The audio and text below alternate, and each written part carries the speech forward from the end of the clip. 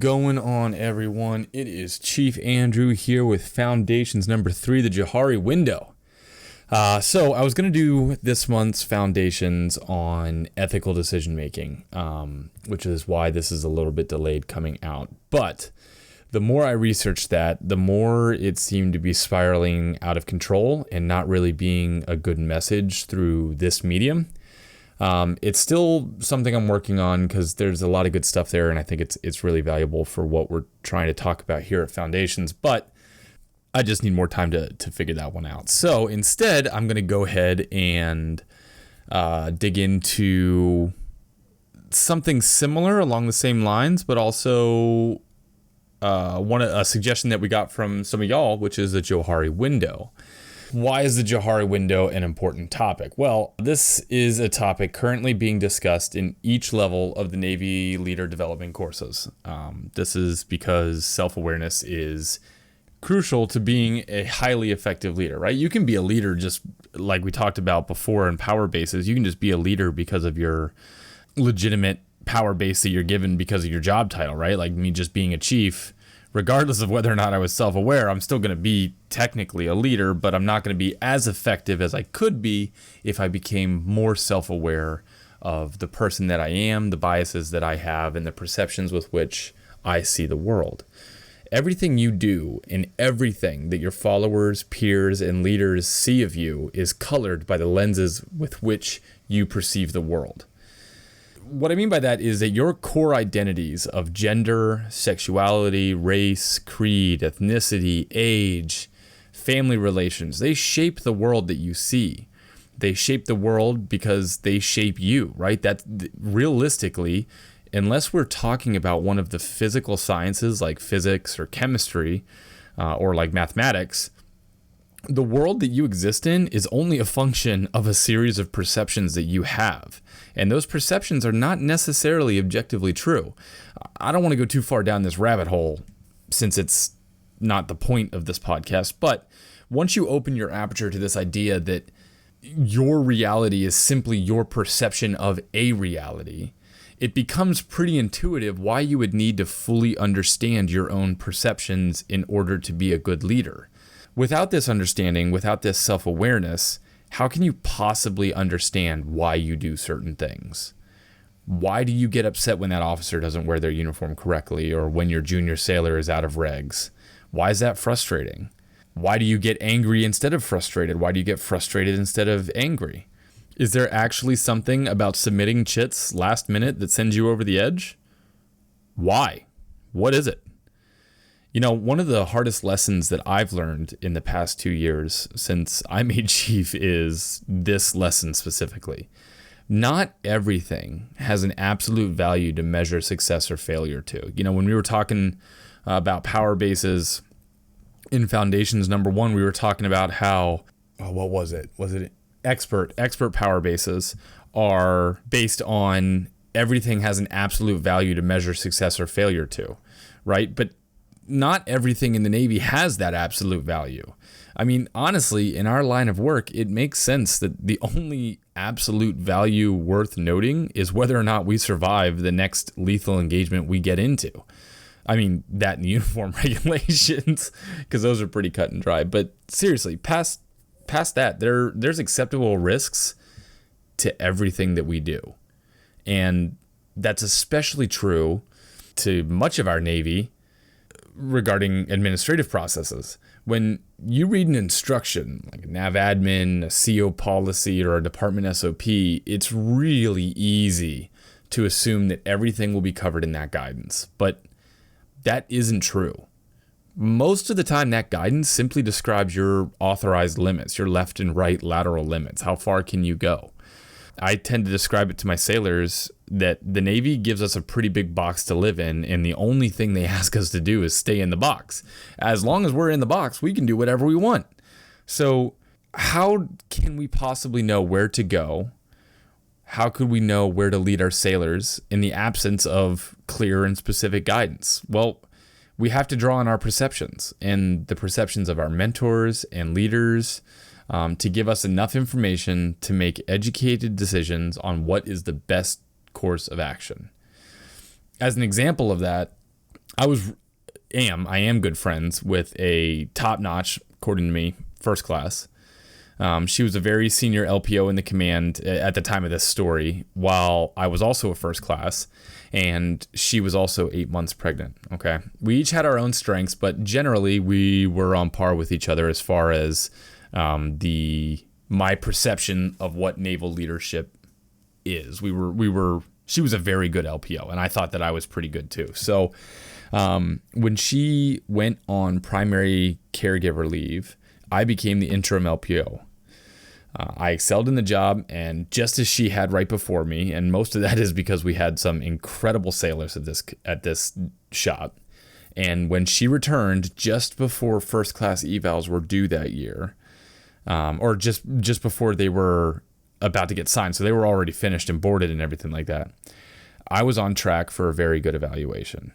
When she did come back, the decision was made by the chain of command that she would not be returning to her job as the LPO.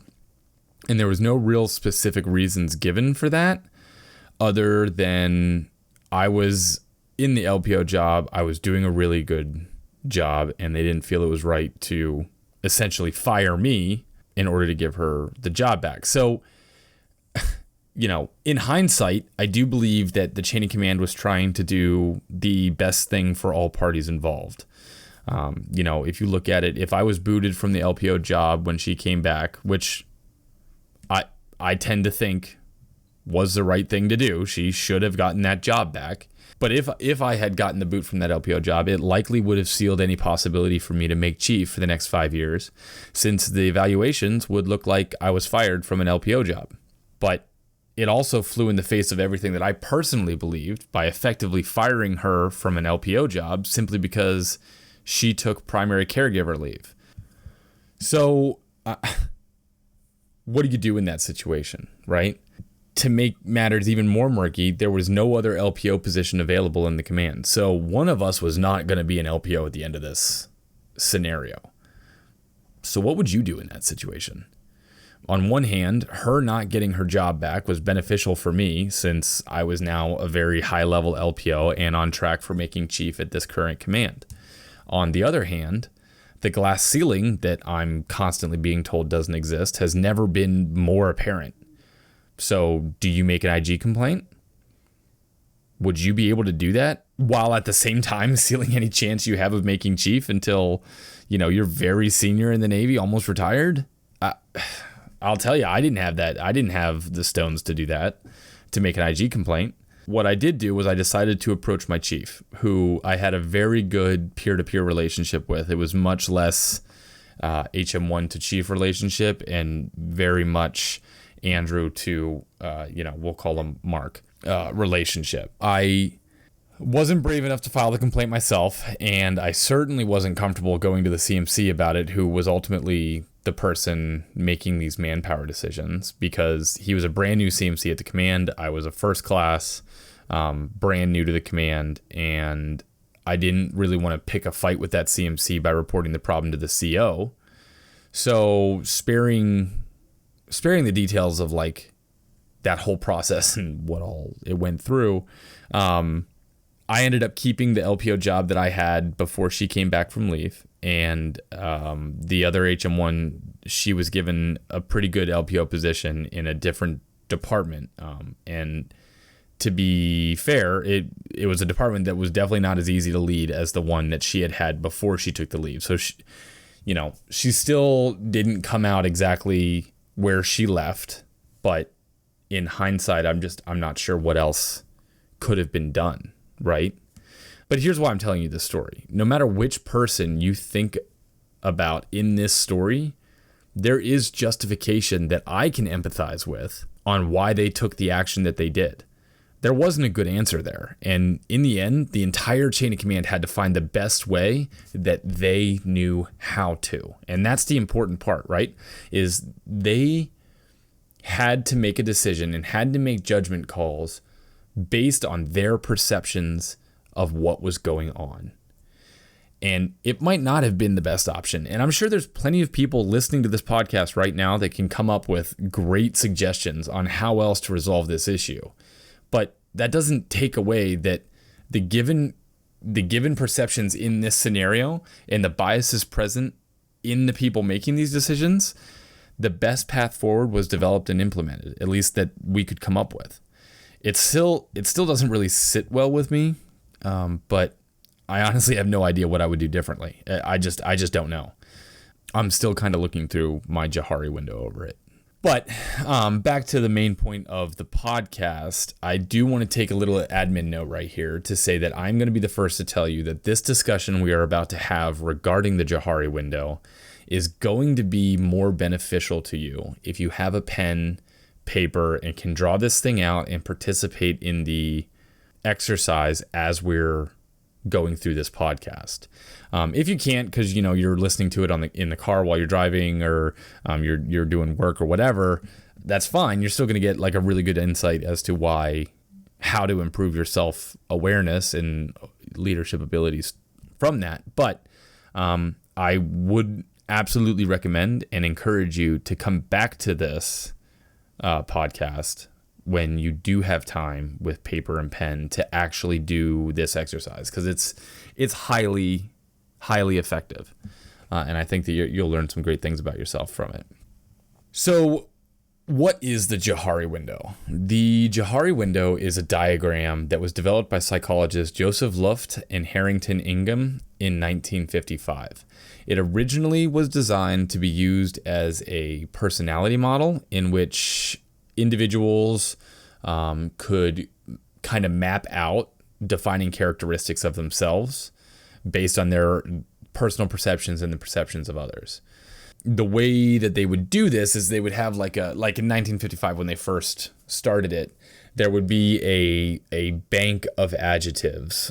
I can't remember off the top of my head how many adjectives they used in the original test, but adjectives would be things like able or modest, knowledgeable, smart, silly, giving, happy, that kind of stuff. And they would give it to the person who was trying to get modeled or who was trying to increase their self-awareness. And they would say, hey, take these adjectives and put them in one of the 4 quadrants. They would then, however many words or adjectives the person chose, they would go to other participants who knew this individual really well, and they would say, hey, out of this test bank of words, there are 20 words that were selected by the participant. Can you choose 20 words out of this bank that describe them? After that, they would compare the results of what other people saw and what the person thought of themselves, right?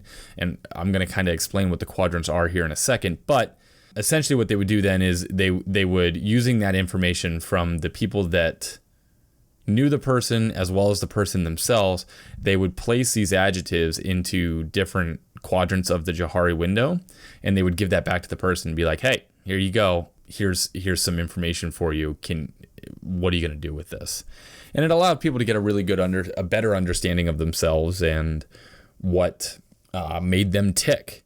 So the Navy is currently using it because it's useful in increasing your self-awareness, right? In uncovering biases that you may have, in uncovering the reasons behind why you make the decisions that you make.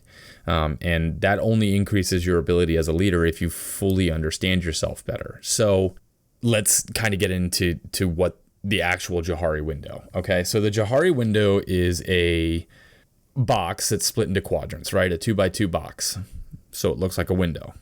Yeah, stick with me here. With each quadrant is labeled slightly differently, right? The vertical axis of the model is labeled based on the knowledge or lack of knowledge of a behavior by others. The horizontal axis is based on the knowledge of a behavior by the individual being modeled. I know that probably didn't come off perfectly, so if you are sitting down with a piece of paper and going to be drawing this whole thing out, I'm going to describe each quadrant and what, based on those variables, knowledge of a behavior by others and knowledge of the behavior by the individual, I'm going to describe each quadrant, what we're talking about, based on those 2 variables. So the first quadrant, which is the upper left quadrant, is called the Open Quadrant, right? And in the Open Quadrant, that is the things that are both known to self, so known to the person getting mapped, and known to others. The given adjective or behavior or observable thing is freely known by everybody involved, right? For example, if we were modeling myself based on this persona within this podcast, things in the open quadrant would be sailor, chief, corpsman, male, married, post-secondary educated. These are things that you know about me and that I know about me, right? Everybody knows them. The next quadrant, which is the upper right quadrant, is the known to others and not known to self. So these are things that you all may know about me that I don't know about myself. This quadrant is referred to as the blind one, since I'm blind to the knowledge, but you may know it. For those poker players in the audience, or even if you're just a fan of the 007 movie Casino Royale, these are things called tells, right? Observable behaviors that other people know that the person doesn't know.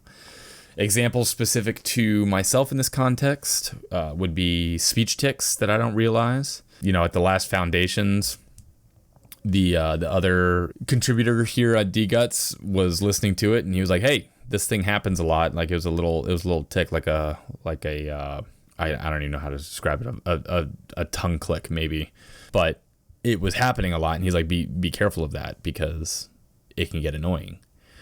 So that was in the blind box. I didn't realize that was something I was doing. When I taught this class, this last class, to a leader development course, I was told about another tic that I had where I fiddle with a coin in my pocket when I'm thinking. I happen to know about that one. People didn't think I did, but I happen to know about that one because it's actually a corrective action or something that I do to counter one of the other things that I know about myself. But we're going to get into that a little bit later. So I just wanted to tell you that somebody was like, "Hey, I found this thing out." And I'll be like, "Yeah, I know I do that. And this is why." The third quadrant is the bottom left quadrant now. So that's not known to others, but known to self. So this quadrant is called the hidden quadrant, right? These are things that y'all couldn't know about me, but I do know them about myself. They're things that others would only know if I revealed them. So in our context, it's things like my last name, where I'm stationed, what I look like, what are my hobbies, family relationships, sexuality, gender, all that kind of stuff. The next quadrant, the last quadrant, is called unknown, since both others and myself do not know what belongs in here. Example of this could be undiagnosed medical issues. Specific to our context in the military, in a deployed environment, there can be a lot of stuff in this box due to communication issues, right? There might be a lot of stuff that nobody knows about what's going on. Like there might be family issues back home that nobody knows about yet. While there is really nothing that we can do to reduce this box specifically, like we can't focus on finding unknown things and then revealing them, it's naturally reduced by shrinking the hidden and the blind quadrants. But that's kind of in the next session when we actually are going to get to do that. So let's actually use the Johari window model and kind of the exercise of increasing our self-awareness. So if you're drawing this out, take some time now by pausing this podcast to fill in the boxes that are known to you, the open and the hidden quadrants. What stuff belongs in there? What is common knowledge? What characteristics of yours fall into each of those two boxes? There's really no wrong answer here, since they're self-defined traits. All you have to do is put them in the correct boxes. Think about your major identities. Are these identities known to others or not? What about hobbies, skills, experiences? Are there things in your past that define how you operate? Is that something that's hidden, or is that something that's known to everybody? Go ahead and take a few minutes now, fill in those boxes. Okay, so now that those boxes are filled in, I want you to take some time to ponder the things that you wrote down. In what ways do these traits color your perceptions? Because they do, and I'm telling you that they do. There is no, well, they don't really impact how I see the world. Yes, they do. what you have to do now is look at what you wrote down and find out or dig into them and try and discover how they impact your thought processes. Our bias is formed based on that. This step is to find out how your perceptions are being influenced by these two quadrants. Okay. Once you're done reflecting on that, let's move on into the blind quadrant.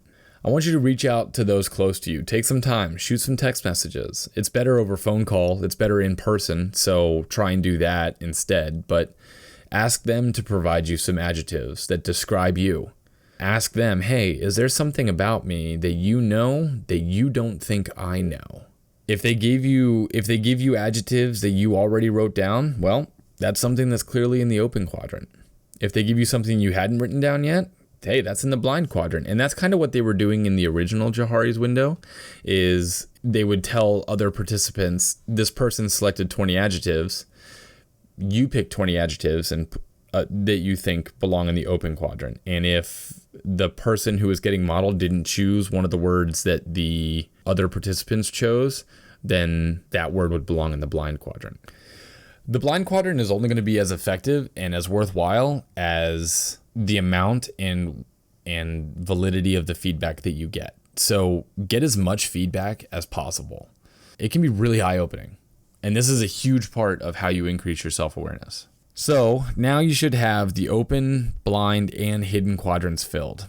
Again, the unknown box is not something that we can really fill out because it's unknown. Nobody knows what's there. In all reality, you've already increased your self-awareness just by getting this far. If there's things written down in your blind quadrant already, well, now it's known, it was known by others, but now you know it about yourself. So you've already increased your self-awareness. You may have stumbled on a few things about yourself that you haven't really thought about in a while. This is the best way to grow your self-awareness and leadership abilities. But it's not the last step. The next step is to grow the open box as much as possible. Because just knowing stuff about yourself is not enough to get the job done, right? You have to understand yourself, right? So that you can better understand the decisions you're making and the reactions you're having to any given situation. But if you're going to effectively communicate or encode your messaging, or if you're going to effectively make good decisions for those around you, the people around you, your followers, your senior leaders, everybody needs to have a better understanding of who you are. Because if they have a better understanding of you, then they're going to understand your decisions and your leadership more than if they didn't. A really good example of that is like, think back to the last time you got a brand new chief, whether you transferred into a department or the chief just transferred in, right? When right at the beginning of that relationship, there was probably some bumps in the road. People were learning more about the chief. Your directorate was learning how the chief expected things to be done. But as time went on and you learned more, that open quadrant became larger. The working relationship became easier, right? Because you knew what their expectations were suddenly. And you didn't have to take so much guesswork. There wasn't things in the hidden box that, like little landmines in the hidden box, that you were tripping over anymore. So the next step is to grow your open box, right? The more you know about yourself and the more that others know about you will always result in a more influential leader. Now, I am not telling you to go open your entire hidden box like Pandora's box and let everything out into the world. If you can, I mean, that's great, but it certainly isn't expected. I mean, look at our context right now. There's plenty about me that you don't know that's still in the hidden box, but it's okay because it doesn't really matter in this context. Going through this exercise has increased your self-awareness. There is no doubt about it. Hopefully there is at least some stuff in the hidden quadrant that was revealed to you. But how exactly did we increase that self-awareness? How exactly did you expand the open box? Well, first, I led you through the self-reflection piece, because that's half of the Johari window is reflecting on yourself by filling in the open and the hidden quadrants. The expectation then was that you dug deep into yourself, got some things out of the proverbial emotional basement and put them on this paper. You don't have to show it to everyone. This is just for your self-awareness, not necessarily for everybody else's. If you want to in turn grow your leadership skills and provide better context to your sailors, then all right, fine, go tell people about it. But you don't have to. Was there anything in here that you stumbled on? Were there any dusty memories or emotions down there that you hadn't realized might impact your perceptions? That's good, because that's the stuff you need to be thinking about. A personal example about this, I've been told my entire career that I was cocky. Not confident, which is a desirable trait in the military, right? But cocky, which is negative. I've always known I was confident. Being confident has been in my open quadrant forever. But how was that confidence crossing over into the cocky realm when I asked other people? Why was cocky in the hidden box, but confident was in the open box? There's really no one way I can truly answer that question, since the difference between cocky and confident is incredibly subjective. But what I believe to be true is that my communication style, my vocabulary, the speed at which I speak, the intensity of my voice, the volume that I can speak, and the projection that I can do with my voice, and the inflection that I put into the words and emphasis, all lend others to feel as if I'm more aggressive than I intend. And when you combine confidence with aggressiveness, or perceived aggressiveness, whether it's real or not, that's what I believe turns into cocky. Boom. Self-awareness has been achieved, right? But now that I know that, it's incumbent on me to try and counter some of those traits to better convey my confidence so it doesn't come off as cockiness. What I do now, I tend to put my hands in my pocket and I fiddle with a coin so that I don't talk as much with my hands. I put pauses in my sentences that otherwise don't need to be there to slow down the cadence at which I speak. I try and speak softer. I spend a considerable amount of time practicing what I call listening eyes, eye movement, facial expressions, and active listening cues that invite more input from others instead of trying to shut conversation down. Now that things that were in my hidden box, specific to this, right, being cocky, have kind of shifted into the open box, because I understand it's not even necessarily cocky, it's just communication style. At least that's what I'm thinking now. Long term, we'll figure out if I'm right or not. But now I understand that. I've grown my self-awareness, and I'm working to counter the potentially negative trait. Not only that, but I'm starting to actively communicate with those around me about my natural tendencies of talking with my hands, about my cadence, my intensity, and I'm making very clear and upfront that, hey, I am not angry here. I'm not being aggressive. I want this conversation, and I enjoy having the conversation with you. So that it brings some of these cues into the open box instead of just being potentially hidden where the person is perceiving it, not knowing whether or not I'm aware of it, and coming up with their own assumptions out of that. Once your self-reflection was done, though, I asked you to go find the second crucial element of the Johari window, which is feedback. So first you need self-reflection, but you also need feedback. You cannot open up your blind window without you going and actively seeking out the observation of those around you. And I'm not talking about the people that you're close with necessarily. I'm talking about everybody. You need to be asking junior sailors, your senior leaders, peers, family. You need to be asking your significant others, your kids if they can tell you. All of them should be giving you feedback on yourself, and you should be considering it. You should never, ever just write it off as like, well, that's just not me. It might be. Maybe it is. And if it's not, what about you is giving that perception? If you don't do this, this blind window is gonna stay closed forever. Find ways to get comfortable talking to people about these things. Develop strategies to open that hidden window to other people. Find ways to introduce facts about yourself into the open, right? This allows those around you to get a better understanding of you contextually. Back to that example that I said of the brand new chief coming into the directorate, or you going to a new directorate. The more you understood about the other person, the more that was in that open window, the better the work and professional relationship got. If they know your experience, they may better understand why you act the way you do. You know, if you had a highly negative experience with a chief before, and you tell people about that experience, well, now those people are going to better understand why you're so nervous when you're talking to a chief. If the people around you understand that you have a bachelor's in English literature, they may understand why you're such a stickler for grammar when it comes to evals and awards. With more understanding comes better leadership, period. There's no question about it. So I know it was short, but overall, that's all I got for you today. The Johari window is a great tool that you can use to become a better leader.